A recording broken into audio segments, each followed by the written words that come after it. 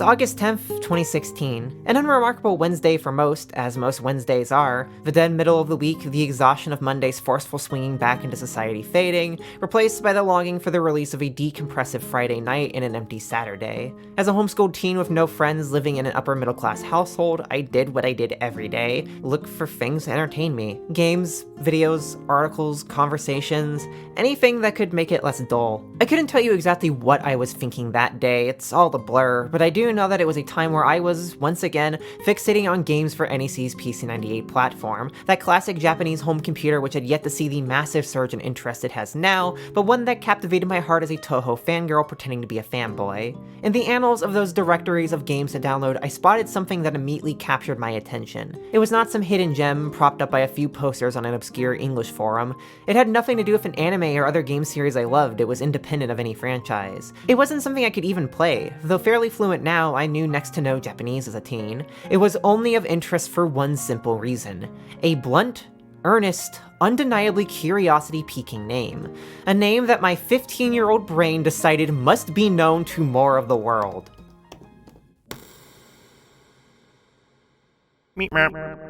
This tweet of mine sent me on some sort of journey. It's not like I wasn't already deep into old Japanese computers as a hobbyist, but the existence of a game quite literally named Sex 2 led me to look more and more into this wide world of things called eroge on the system, and judging by how many times I've seen this tweet, others of mine, and countless more that are not mine on the game shared around, it seems it piqued others' interests as well. Fast forward to now, it's become somewhat of a recurring joke in places. Music shitpost channel Siva Gunner regularly uploads remixes of tracks from the game with melodies and backing tracks from other unrelated soundtracks. PC-98 screencaps bot PC-98 bot has made absurdist April Fool's jokes centered around the game, and that's without mentioning how often I see it get brought up at random, as a way to poke fun at it, eroge as a whole, and the PC-98 as a platform just about sex games or whatever. But here's the thing, no one in the English sphere actually plays Sex 2, y'all are still stuck on Sex 1. The only person I know of who has besides me and has written about it is friend of the channel Beef2929, who made an excellent blog post that's secretly about a later work by the writer. Also, a lot of the backstory about the development of Sex 1 and 2 comes from her post, so big credit for that. But besides her post, I don't think there's really anything talking about what Sex 2 is.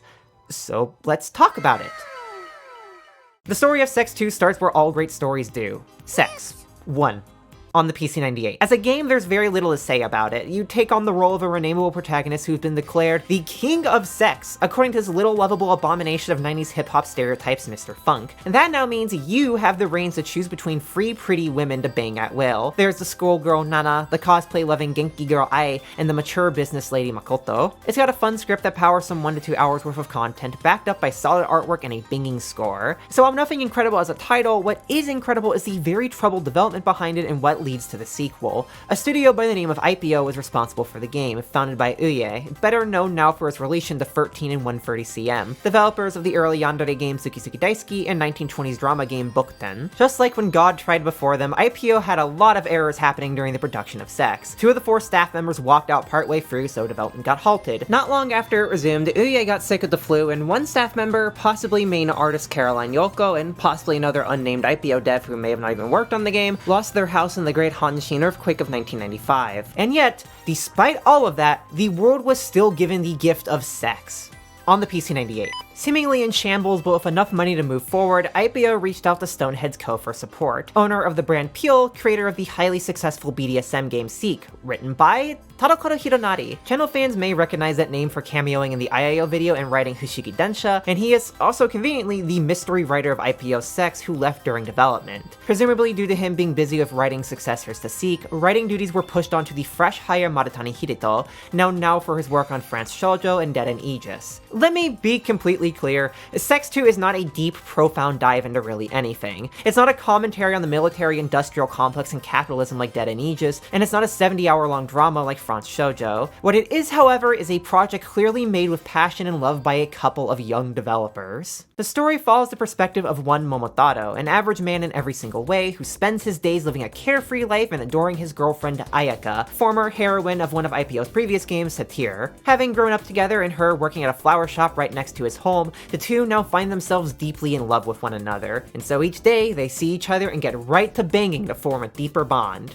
And that's it. The Sex 2 story is really, seriously, about as simple as an eroge can hope to get, punctuated by how absurdly exaggerated all of the writing is. The first monologue of the game is the main character talking about if you have a love, then you can have sex every single day, and proceeds to list off all of the places you can do it. The ocean, the mountains, the streets, the stores, the restrooms, the camps, the alleyways, in Europe, in Asia, in Africa, in the Americas, at day, at night, at lunch, at dinner. Dude is fucking rearing for this. The rest of the game only gets more absurd from here over the course of its 40 days. Each has the simple goal of going to the shop Ayaka works at, telling her how much you love her and her saying how much she loves you, and then proceeding to like upstairs. The two's dynamic feels like a parody of every straight romance bakkaporu ever written, both of them so deeply in love that nothing else in the world seems to matter. Sex 2 is legitimately an absolute riot of a comedy game. Marutani may be best known now for mysteries and dramas tackling large themes, but something he's always kept with him as a writer is an incredible sense of humor, and that's on full display here long before the infamously wild comedy of Made in Heaven Supers hit store shelves. Going into every scenario would spoil the fun, but I have to mention at least a couple, like Momotaro and Ayaka banging in the bathroom and Momo slipping and hitting his head, but refusing to stop going despite probably having a severe concussion, because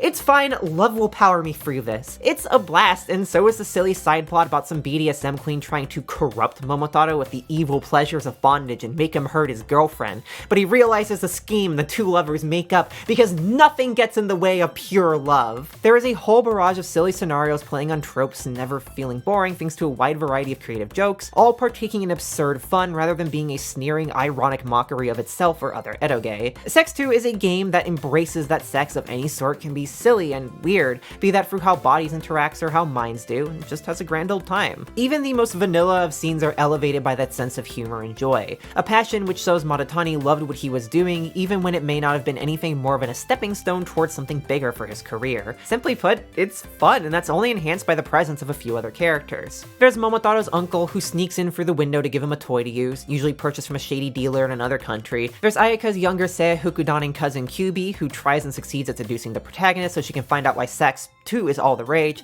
There's a ditzy nurse Tsugumi, who isn't satisfied of her boyfriend, and there's the BDSM queen Bloody Rosa, who teaches Momotaro the joys of masochism and sadism for her own devious reasons. Many interactions of characters either give or lead to being given some sort of toy to use with Ayaka. A flute, a vibrator, a fighting game cosplay. There's a whole whopping 9 total, some of which require some trial and error to find the appropriate time and place for during gameplay, which, frankly, is Sex 2's biggest problem. The gameplay revolves around trying to make Ayaka feel good for whatever options are available at the time, expanded upon by toys and progressing through the days. Repeat this for 40 days, complete a playthrough, and begin a new loop to replace scenes and maybe collect new CGs if you missed any. While the writing is fun, the format gets repetitive fast. The arguable goal is to complete your CG gallery, but doing so requires an immense amount of trial and error to figure out how to trigger certain scenes. Sometimes you need to use a certain combination of toys, or at certain times, or be at very specific levels of pleasure, or XTC as it's called here, and sometimes you need to repeat the same option multiple times before anything happens, sometimes with no clear feedback on progression. It's all tedious and guessworky in the same way that old adventure games can often be, and suffice to say, I did not 100% the game. I got 61 of 73 CGs, which was good enough for me to call it quits, as I didn't have it in me to bash through the title again to see what seemed to be a couple of fairly unexciting events going by the CGs on eHentai. I suppose I also have to remark that as an erotic title, it did very little for me. The writing feels so wacky that it's hard to take seriously, and the scenes are incredibly short and devoid of much substance beyond that wackiness. They aren't poorly written by any means, but after decades of games that favor greater build-up and more in-depth action, it's hard to look back on this as anything but a sex comedy. And that's not to say it's bad. Conversely, I respect the game for being what it is. A lot of the PC-98's eroge library suffers from being so early in the genre's life. Some of it is still engaging by today's standards, but a lot of it feels like run-of-the-mill erotica with some low-color illustrations taped on. I respect it, and I think it's pretty cool, but it isn't for me. I'm not an Arrow boomer. However, I feel that Sex 2 is more or less the ideal of a standard title from this pre-Windows era. It takes the idea of digital interactive erotica and runs with it, threads of joy and passionate absurdity going through every part of its being. Not just the writing, but the art and music too. Returning from her role on Sex, all of the illustrations were done by Caroline Yoko, a very, very talented artist who sadly passed away in April 1998, supposedly due to a car crash according to unverified sources. There isn't much about her I can find in English or Japanese online, which is sad as she deserves a lot more respect than she gets, but from what it seems, games, she had a decent following within the doujinshi scene, creating many straight and yuri works alike based on popular series. Her artwork in all of those feels heavily influenced by shoujo manga, and that influence is present on pretty much all the dozen or so games she illustrated for the PC-98, including this one here. The shading is gorgeous, making incredible use of dithering to provide something that feels far higher color than the art actually is. The coloring itself is vivid, bright, and soft, perfectly matching the very cutesy 90s aesthetic the game is shooting for on the whole. The character designs are all fluffy and poofy and are silly, and it's complemented by some backgrounds that range from typical and cute to weird and abstract in a very nostalgic way. She did a fantastic job with this game. The music as well goes hard. Composed by Studio M, Sex 2's soundtrack is packed full of everything from funky fresh beats to more mellow classical influenced pieces, all of which make fantastic use of the FM capabilities of the PC-98 soundboard. I played with the higher end option as I have a compatible YM2608 baseboard on my own 9821, but the YM22 free option is rather nice too. There's even an option to use a Roland GS compatible sound module if you own something like a sound canvas, which sounds expectedly great in that typical early to mid 90s VGM way. And that's really it. There's not a lot to be said about Sex 2 itself. It's a quirky little title published by a small studio that time's forgotten, written by someone who would go on to write some beloved cult classics that even made it into English, composed by someone who vanished from eroge about a decade later, illustrated by someone who went on to make a few more games, and developed by a company that's more interesting for how their most famous brand went out with a bang. So that just begs the question, why am I even talking about this game? The obvious answers are, one, that I made a very silly promise on Patreon ages ago and I'm a very honor-bound person, and two, that people want to know more about this game, have been asking me about this game, and I want there to be information in English out about this game. But at the same time, playing it kind of closed a chapter for me. Those 7 years of wondering what this goofy thing was and the 2 years I've spent teasing a video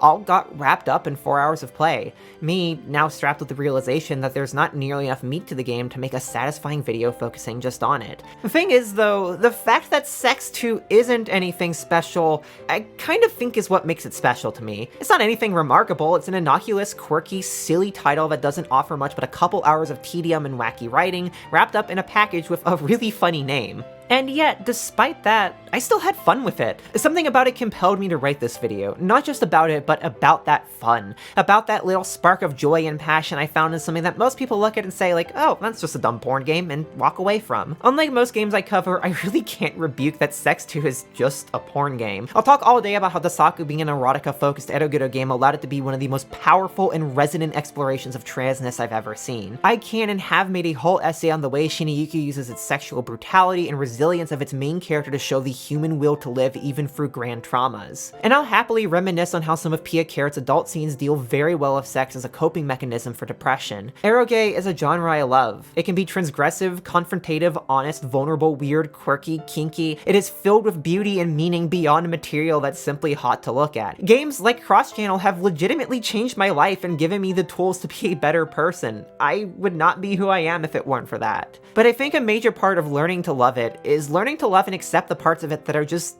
fun. The parts that aren't that deep on the surface. Sex 2 has no greater meaning other than, well, sex, too. And yet I still love this silly thing because it's passionate and honest.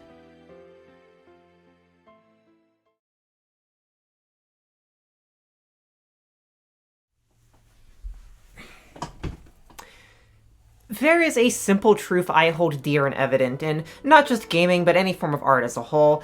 It is that it's incredibly rare that somebody sets out to make something bad or valueless. Sure, you can point to mounds of shovelware like Elf Bowling 4 if they have that many of them yet, or 500 puzzle games in one on PC, and know that was made primarily to keep a company afloat.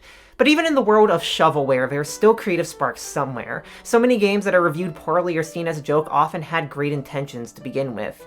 It's very easy to look at something antiquated or hard to play or weird and laugh at it, to regard it as merely bad and disregard any sort of human spark behind it. I think that's doubly easy when a work has any sort of erotic touch to it. A lot of societies, the United States especially, look down upon sex, and getting someone to take a work of it seriously enough to examine it in good faith is a challenge. And even if you do help the other side to put their guard down, people start throwing things out like, all the good parts exist in spite of the porn. Sure, this work is great, but nobody would put porn into something so meaningful, would they? And I mean, maybe to some extent, some eroge was made eroge because eroge might have sold more than not eroge on the computer at the time. But maybe it's also worth considering that people just like sex? I mean, it's a pretty human thing, right? It's been part of how we're born for most of civilization. It's something we do for recreation. It's something we do for bonding. It might have been made uncouth and dirty by religion and society, but there's nothing weird about it or incorporating it into a story. The two characters with nice chemistry having a quick fix isn't any worse or more unrealistic than them talking in a coffee shop about their days. Maybe I'm just a zoomer. I think it's very easy to be cynical about sex too if you already think sex is weird to portray in media. You can look at the title and laugh at it rather than with it. You can look at the CGs and mock how kinky it can get, because it does sometimes. And you can wonder to yourself just why anyone would make something so horny, without seemingly any point. But I think that kind of mindset closes you off to a passion very evident even the most aro of aro gay, or hell, just erotic media in general. It's fun.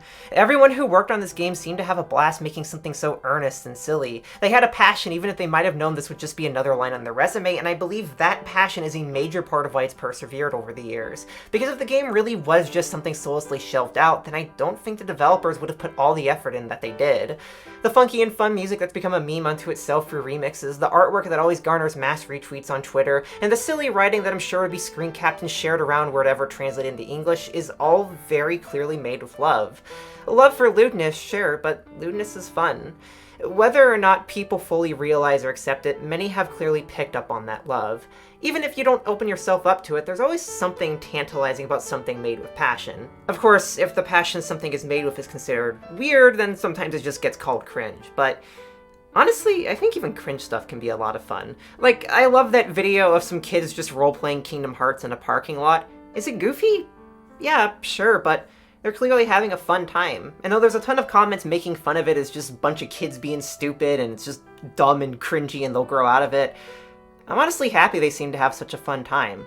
I don't see any reason to mock them for it, I'm just glad they got to enjoy themselves. As an adult, I feel like it's harder to do stuff like that or just have fun with things.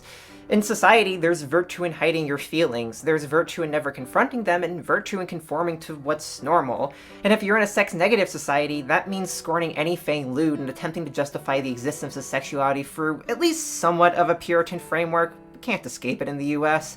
It's just for money, it's not actually about the sex, etc., etc. I don't know how many people I've known who would bash something they love in the same breath as mention how much it means to them because they're embarrassed to like it. It has to be justified because finding passion in certain things might make you seem weird or cringe to others. And of course, this doesn't just apply to sex, it applies to everything. I was like that. I honestly don't know what changed it. Maybe I got out and talked to more people, I watched and played some weird games and listened to some music that resonated with me. I can't say for sure, but at some point I just stopped caring if what I liked was cringe or anything like that. It made me happy, and even if it's weird that what makes me happy is a bunch of games involving as much philosophy as they do orgies, I'm still happy, right? Isn't that what we're all trying to find? I can't help but wonder if sometimes cringe and puritanism about sex and all this other stuff is just a blockade in the way of that happiness. Learning to accept all this, though, I started seeing everything, games, music, movies, illustrations, etc., as a form of communication. And while humans sometimes communicate junk, I generally think they communicate things with good intentions. In my view, people innately communicate with passion, and it's only through the world trampling on our passions and our beings that we begin to see our passions and that of others as things to laugh at and scorn, to judge and demean. And even as capitalism forces us to commodify and dehumanize them, even as we get crushed, our passions still often sneak through even in the worst of circumstances. So instead of trying to judge things objectively, to measure the good and bad parts based on my own knowledge of art in the world, I've accepted that my knowledge and tastes, no matter how much they may agree or disagree with the common folk opinion that's taken as an objective measurement, is subjective. I've instead begun asking, what was the author trying to communicate here? What were they passionate about when they made this? What did they want to say? And sometimes the answer I come to is the author was communicating something pretty miserable and hateful or ignorant or something else that sucks. But far, far more commonly, I find myself able to find joy in even the oddest of places. And if you're willing to view every work first through this lens, then I think it both becomes far easier to discern the corporate from the personal, the truly cruel from the beautifully transgressive, and to see the humanity in any given thing. As silly as it is, I think Sex 2 is a nice example of this. Maritani had a simple drive to write a goofy story that people would have fun with, and he did. Yoko wanted to make pretty art, so she did. Studio M wanted to make nice music, so he did. No one was communicating anything grand, but, I mean, that's fine, right? Not every conversation has to be deeply meaningful.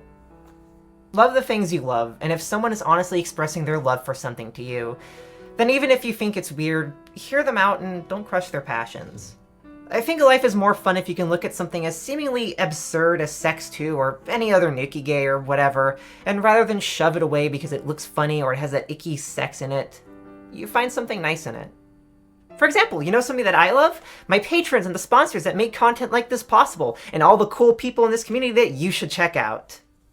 Hello everyone, and welcome to that time of the video, the mid-video Patreon break, where I give life updates, channel updates, shoutouts, and appreciate the patrons and other donors who make content like this possible. For this time around, well, it's the 2-year anniversary of the channel. It was technically that in November, but the Saga got released on Halloween to meet Halloween instead of November, so I kinda missed the anniversary then, and we're making up for it here. Still, 2 years of reviewing visual novels and whatever Japanese media I find interesting, 2 years that feel like they've flown by, and I'm happy with them. All of this means a lot to me, from the media itself to the whole creative process to the fact that so many people watch these videos, have been watching them for 2 years, and take something meaningful from them. Thank you everyone, as always. I'm happy I get to do a job as cool as this. In my continued effort to give back to that community, I'd like to, once again, as always, take a little bit of time to shout out friends and people who post my Tumblr inbox and ongoing Twitter thread of cool creators. If you too would like to be possibly featured in a future video, then check out the linked Patreon post in the description for where you can send in submissions. The first person I want to shout out is CDP1802, a good friend of mine who's deserved the spotlight for a while now. He runs a real cute website that's got a whole variety of things. There's lots of pages dedicated to quirky little computers, which I love learning about, articles on games both aero-gay and not aero-gay, and just a ton of super neat projects that are a treat to hear about. The whole website feels like being blasted back to the Web 1.0 days of little blogs about whatever someone's interested in, and regardless of your interest level in any particular thing, I think those blogs always have an appeal. On a more personal note, the dude's been a fantastic friend to me and a huge help in a lot of ways. Going to conventions with him like Cleveland Gaming Classic and the VCF Swap Meet have been some of my favorite times I spent out in the world. He got me hooked up with things like my PC-98 and Freedio, which helped make a lot of content on this channel possible, and he's just an all-around good person. So if you've got a chance, I really recommend checking out the site and reading what's on there. He's a great dude that runs a great site, and I really can't thank him enough as a friend. The second person I want to shout out, or I guess just entity, is Mortally Moonstruck Games. Specifically their game Mushroom Musume, which is currently free on itch.io. It's a cute little raising sim where you help bring a mushroom girl into this world and then guide her through the world and see one of many endings. It's a fun premise backed up by frankly everything about the title being a treat. The prose is whimsical and fun, the game is utterly adorable, the art is super charming, the music is relaxing, the world building is great, the dialogue is enchanting, and I just cannot praise this game enough.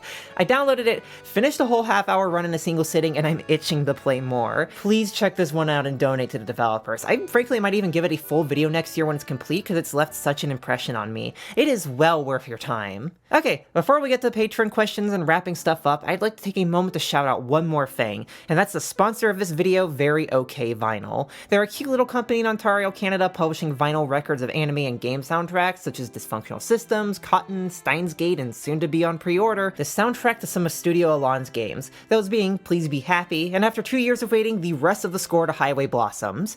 Highway Blossoms is the name of the game, not the rest of that. While I haven't played any of Studio Alon's games myself, despite meaning to, I have heard their music around and spent a chunk of my time finishing this video up with the score to those two in the background. And it's fantastic stuff that's not only made the time fly by and made me want to play their games, but also has me hyped for the debut of these records. Very OK Vinyl's releases are always of incredible quality, with gorgeous packaging, cute inserts, and stellar sound quality, printed to vinyls both normal and super funky looking for limited editions. They're a label that really gives soundtracks they publish the treatment they deserve, and they're even awesome as a distributor for other labels, with an ever-growing catalog of over 200 releases across tons of brands. So if you would like to get your hands on some cute gay girl music on vinyl, then head on over to veryokvinyl.com and secure your copy of the soundtracks to Please Be Happy and Highway Blossoms today. And while you're there, take some time to look at that big catalog of releases. There's some serious goodies in there, like the scores to the Trails in the Sky trilogy, Netflix Baki, Contra Hard Corps, and way more. Again, a huge thank you to Very OK Vinyl for sponsoring the video. video, as well as for all their other sponsorships throughout this year. It's been a blast working with them, and I really can't put into words how much I appreciate having a sponsor that feels perfectly fit to the videos I make. Before we totally wrap things up here, I'd like to take one moment to answer some Patreon questions, as always, just one last time before the year ends. Tyler Murphy asks, how did you get into the types of VNs you tend to focus on review for the channel? What draws you to them? To be honest,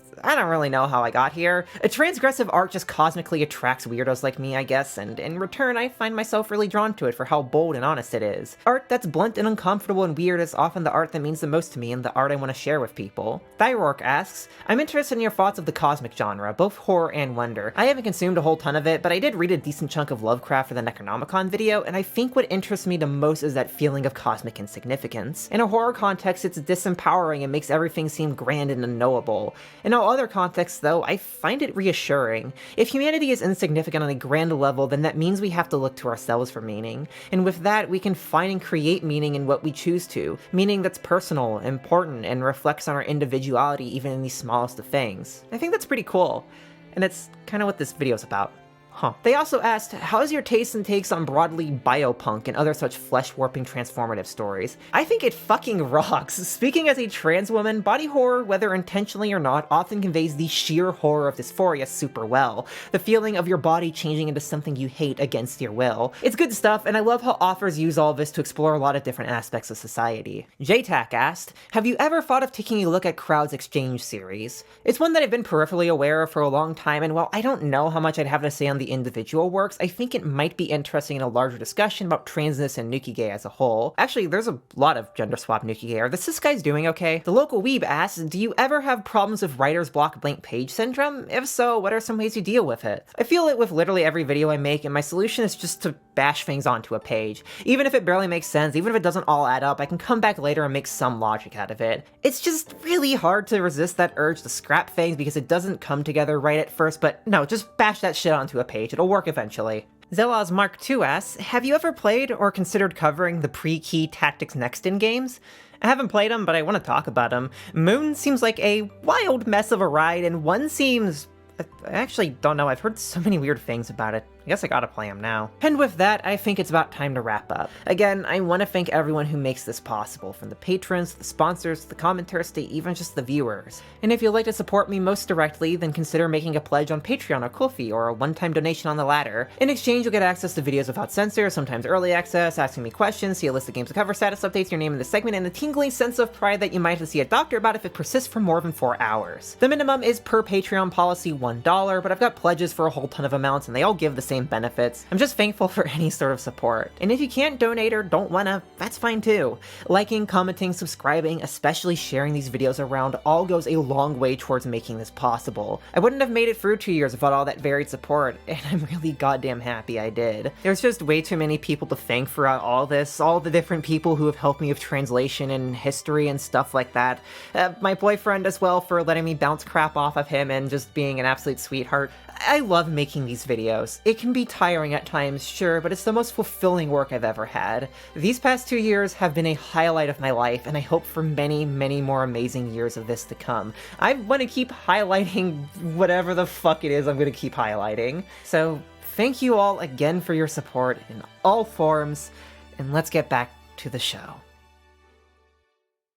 It's 2010. It's probably spring. It was probably a Wednesday, an unremarkable Wednesday for most, as most Wednesdays are. The dead middle of the week, a day exactly the same as every other day of the week for me. As a homeschooled preteen with no friends, living in an upper middle class household, I did what I did every day. Look for things that entertain me. Games, videos, articles, forum topics, anything that could make it less dull. During this time, I loved the frequent abandonware websites. It's where I got my taste for boomer shooters, jinky weird DOS games, and of course, anime games. I just found out what anime was a year or two ago, and my pre-transition, pre-first puberty body horror brain couldn't help but adore it. All these pretty girls in cute costumes, and hot boys that could save them, and big climactic battles, and pretty artwork, and pretty music. I was too sheltered to really know what a gender was for a few more years, but I knew I was happy looking at all that. So anytime there was anything vaguely anime uploaded to one of those abandonware sites, I hopped on it. And before long, someone uploaded a thing I'd never heard of before, Toho. Apparently it ran on this thing called a PC-98? I spent probably a whole day studying the emulator up. And when it finally worked, it didn't take long before I got hooked on it. Everything from the cute girls wearing pretty outfits to the music had me entranced. It didn't run very well on my hand-me-down Pentium 4, and there were clearly glitches with the sound and graphics, but I was still in love. That was my first experience with Japanese computing, and I really can't put into words how happy it made me. I played anything I could get shy of the obviously naughty things, and when I turned 14 and learned how torrent sites worked,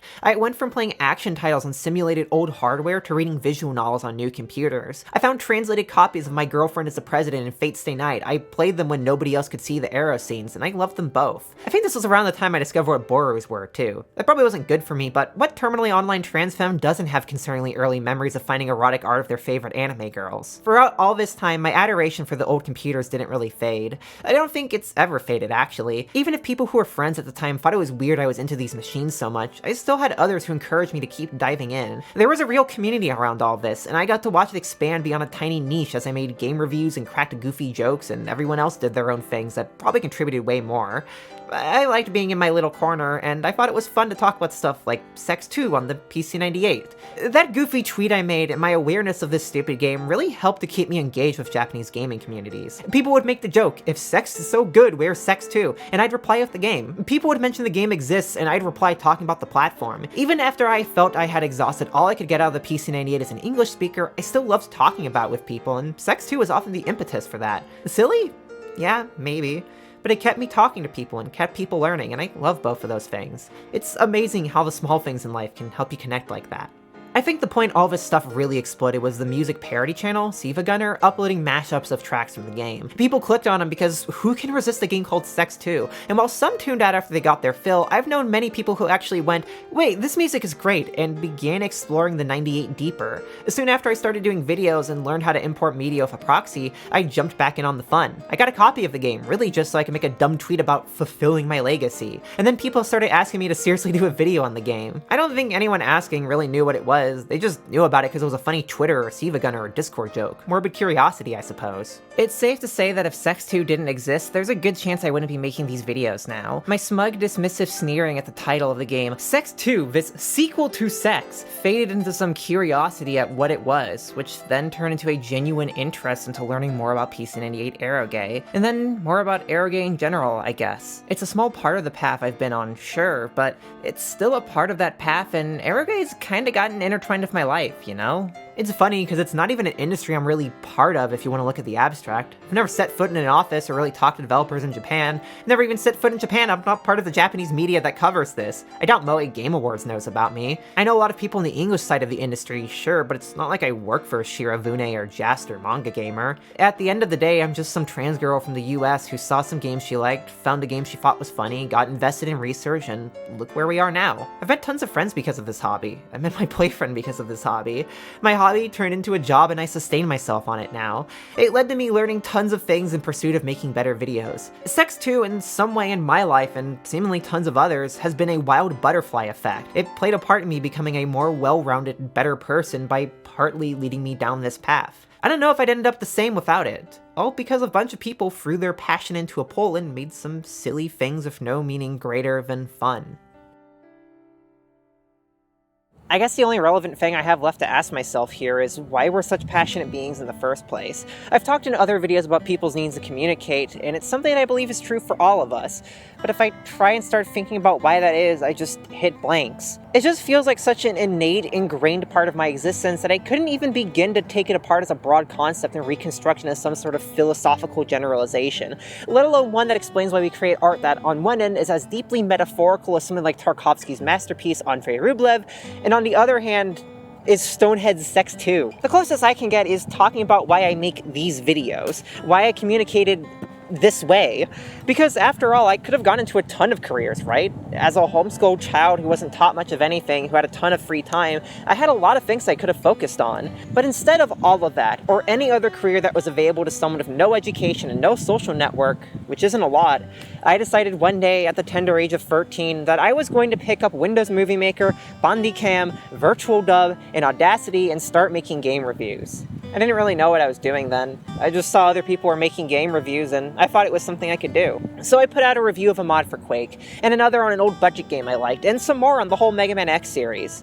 I just kept going and going, video after video, whenever I was interested in at the time, attempting to get my thoughts heard in a world that once felt wholly inaccessible to me. It still did, and in a lot of ways it does. But videos made it feel at least a bit more tangible, like this. Didn't have any friends I could go see. Didn't have school. I didn't have anything but my family and a couple of shops we regularly visited, and those weren't conducive to getting to know people. All I had to spend time on were chat applications, games, and whatever crap I picked up that didn't cost money or fit into my allowance. So I just kept making videos, because people watched them and they liked what I had to say. I made online friends that way, many of which were awful, but some of which were great. While my early videos weren't much, they kept improving, and I kept getting better at communicating. I got better at putting myself out there, my own thoughts. Videos went from 5 to 10 to 20 minutes, and I felt at least a little proud I could articulate myself. And I liked talking about what I was talking about. While I started out aping a bit too much of that angry reviewer style, I chilled over time. I started aiming towards making more positive reviews. I guess that's maybe part of why I built up the tiny little audience I had back then. I wasn't talking down to them or calling developers stupid for doing something. I took what was put in front of me seriously and gave my serious thoughts on it. I looked at the good and attempted to find the good in the bad before I called it bad. Developers would even comment sometimes. They were just happy people were still talking about these things, that their passion was felt by someone else rather than blindly rejected, even if the game was something people called stupid. In 2018, I put out a review of Monolith's classic boomer shooter, Blood. I made some videos on some synthesizers to try and capitalize a little bit on the fact that music was quickly overtaking my work and personal life. Not that I could complain, it got me the money to move out and effectively saved my life. And from there, I kind of stopped making videos until November 2021. I changed my gender, I changed my life situation, I had less work happening, and so I decided, why not get back into this? Which obviously, by the fact that you're watching this now, and I have a whole backlog of things you can watch now, that worked out pretty well. It is funny though, if you look at my videos now and the ones I made in the past, I unlisted most of them, but some of them are still around. It's honestly amazing just how little has changed about me and how I communicate. My style of humor is the same, my style of writing just got more precise and elaborate, and my style of editing has hardly changed. All that's different is I'm more open about my feelings because I started talking about media that encouraged it far more than boomer shooters and platformers. Not to dismiss those, they're wonderful, but nothing beats a little skull fucking as a metaphor for gender essentialism, right?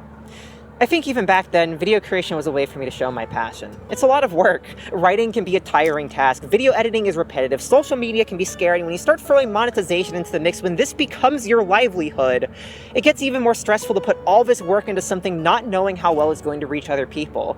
You never know if you're going to put a video out and suddenly have a million angry comments at your door. Even without that last factor, as a teen who hated herself and considered suicide almost daily to try and escape dysphoria, my living situation, severe PTSD, and too many things I can't go into that even affect me now, that wasn't easy to keep going. I thought all my work was crap and just learned to push through it because showing my love for games, my passions, through my videos made me happy when all was done and I got to see even a single nice comment. I loved trying to see the love of developers in everything they did. And now as an adult with a changed perspective on art, I love trying to communicate my own emotions, connect them through experiences, through what those developers put out. My method of communicating with the world, transforming others' works into a springboard for writing about myself, has become more transparent, more open, and able to latch on even more of others' passions. It's a big part of why I see art as a dialogue between the participant and the work and the artist. The work is an intermediary vessel, a vessel that an artist puts their honest feelings and passions into with hopes that other people receive it. My videos are more or less me conversing with that art. I see what it presents, I present myself to it, and then turn that all into a video that repeats the cycle of communication. And like all human communication, it isn't perfect. You might disagree, you might dislike each other, you might even misunderstand each other, or you might click perfectly. All that's okay as long as you're civil. What matters is you attempt to be honest with that art, like you would another person. If you come away with it not being for you, a completely different take than the author thought, that's fine. I think that's good even. That difference is one of the most beautiful things about humanity. We don't have to agree on everything, we just have to be honest about it. And from there, we can strive to be more accepting. And it might sound silly that being honest with art is so important. It's some inanimate thing, so what's the matter if you look at something that could be important to you and instead just shove it away laughing? For me, I see it like this. If someone wants to show you a part of themselves out of honest love and passion and care and raw emotion, then the least you can do is try to return that, right? Besides, I think it's just boring if you push art away without giving it an honest try. Life is more exciting, more meaningful when you allow yourself to be open about your flaws, your positives, your negatives, your past, your futures, your presents, your emotions, and your thoughts, and use them to connect with others. It's fine to let all that flow through you, even when not all of it is pretty. There's a reason every part of you, even the ones you fear and hate the most, exist, and reconciling them with art is often an incredible way to grow. It's okay if something doesn't connect, but don't shove it away on principle of being icky. Life is more beautiful when you earnestly attempt to see in everything the passion that people put into it. And when I say everything, I really mean it.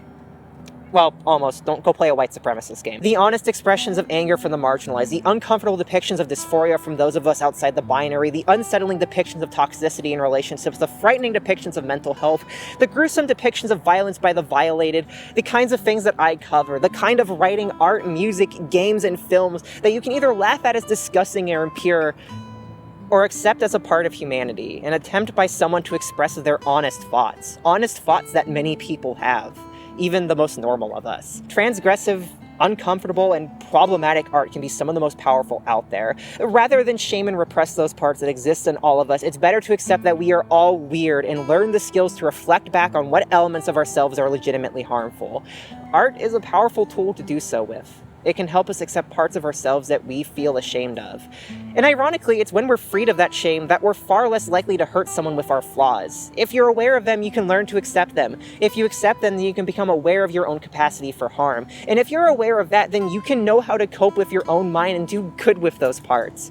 Repressing it and pushing it down only hurts you and others more. I'm not saying you have to love everything, because I certainly don't, and no one is under any obligation to. I'm not a perfect person, and there's a lot of art that I believe is dismal, and there's many pieces of media in the world made under horrible circumstances, and I'm not going to deny that I judge people superficially sometimes. I think all of us do. But I believe it's worth adopting a principle of neutrality, accepting something and somebody as they are, and sincerely asking yourself questions about why you feel like you do about them. Do you dislike something because it's bad? Because it's new? Because it's cringe? Because you might be cringe for liking it? It's alright if so. I'm pretty cringe myself. I mean, for Christ's sakes, I review adult games for a living. I have a bedroom filled with 18+ posters that most people call me a porn addict for having, but I ain't ashamed of it. If being my honest self is cringe, then I'll accept being cringe, because being honest with myself has allowed me to have deeper bonds with the people I know and accept those who aren't accepted by anyone else. Being honest has made people I know happier. It's made me happier. This year, the first I've come to terms with all of myself, is maybe the first year of my life I've spent more days wanting to live than wanting to die. Admittedly, it's not like Sex 2 is some bastion of meaningful transgressiveness that needs to be admired. It's a 1996 eroge for the PC-98 by IPO about sex, but two, where two goofy partners get together and make love over the course of 40 days of zany writing and absurd shenanigans that play on anime sex comedy tropes and attempt to give as many erections as it does hearty chuckles. But it's still a game that's easy to make fun of and dismiss out of hand, and I think that's kinda sad. Giving it an honest, genuine try has led to me finding something I had a wonderful short time with. I feel happy looking at that goofy thing and understanding what Maritani wanted people to feel. Joy. Not from laughing at it because sex is icky or something, but with it because sex is fun and silly. And if just that simple, unprofound passion can spark all of this, then maybe it's pretty profound. Then maybe there's something worthwhile about even the most meaningless of art, even the most meaningless of conversation. Maybe everyone could find more joy if they approached everything with that honesty and curiosity. It's Monday, November 6th, 2023. A tiring day for most, I'm sure, as most Mondays are. Coming into the week tired off of daylight savings and a fun but dense and frankly stressful weekend, the structure of work is both welcome yet scorned. As a working adult with close friends and a loving relationship living just above the poverty line, I'm doing what I do every workday. Writing, thinking, wanting an extra hour of sleep. I just put another couple thousand words into a document talking about how Sex 2 on the PC-98 made me reflect on the beauty of finding joy in everything. On the beauty of looking at something that is, for all intents and purposes in the English-speaking internet, a joke that no one would even care to play, and taking it seriously enough to find love and passion in it. It's made me reflect on the human capability to take something that seems absurd and to appreciate it for what it is, a piece of art that's also a human expression. I don't know if I really understand art on a deep level or why people make it, beyond the idea that communication is nice. I never took college courses on this stuff, I never even went to college. I don't know if I understand why I make these videos on any deep level either. I know it's because I wanted people to hear me at a time where I couldn't be heard, where I was isolated from the world to such an extent that people have said my story isn't even real. I don't know why I have this impulse to tell people that, to talk about my life as it is now. It's just there, and every moment of my day I have an insatiable urge to tell somebody about something and make some connection.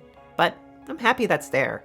Every time I look at a little game on itch.io, every time I look at an effort-filled video of only a few hundred views, every time I see a piece of weird art that no one seems to understand, I feel a ting of joy at the idea that someone wanted so desperately to put themselves out there that they took time out of their day to make it happen, even knowing they may be judged for it, even knowing that it may not mean anything deep to anybody else. Even when the game is scrapped together and barely works, even when the video has audio balance problems and questionable editing, even when the art is hard to comprehend, I still smile that there is something behind it and that I want to know what's behind it. And while I can't deny that I enjoy some schadenfreude and have urges to laugh at and dismiss things I don't understand, I always find that I feel happier when I take a step back and ask myself first, what was the passion behind this? Not everything in this world is great, not everything is truly made with love. There's exploitation everywhere, and there's reasons to be cynical. We have reasons to fight, and we have reasons to not be complacent in our world. But I don't think sincere, genuine art is what we should be taking that out on. Before you jump to anger or dismissal or sardonic laughter at something like an adult game or a scrappy RPG maker work, or a fan fiction with rough grammar and scandalous kinks, I urge you to ask yourself the same question I asked myself. What was the passion behind this? And does this existing really hurt anyone? Why laugh at it? I really believe that, while not universal, there is generally joy to be found in even the smallest of things. There is meaning to be taken, there is humanity to behold, there is love to embody, there is pain to accept, there is a smile to be cracked, there is effort to admire, there is community to be built, and there is communication to receive. So, as I often do in these videos, I encourage you to be honest with yourself. I encourage you to put yourself out there and make what you want to make. It's scary, it's unfamiliar, and it's often challenging to be so vulnerable. But however you want to express yourself, and however you can, I encourage it. Make your experimental sad games, make your happy poppy music, make your bizarre abstract art, and make your simple short stories. There's beauty in our lives if we choose to be honest about them, to not judge ourselves and instead listen. There's beauty in others' lives if we choose to listen honestly to them and to not judge and instead accept. And if we can be honest with ourselves and others, we can create and embrace beautiful, flawed, weird, messy, horny, bizarre art. Because even in sex too, there is beauty to be found and created. There's passion in it, and I think it's nicer to accept that passion and to laugh with it than to laugh at it.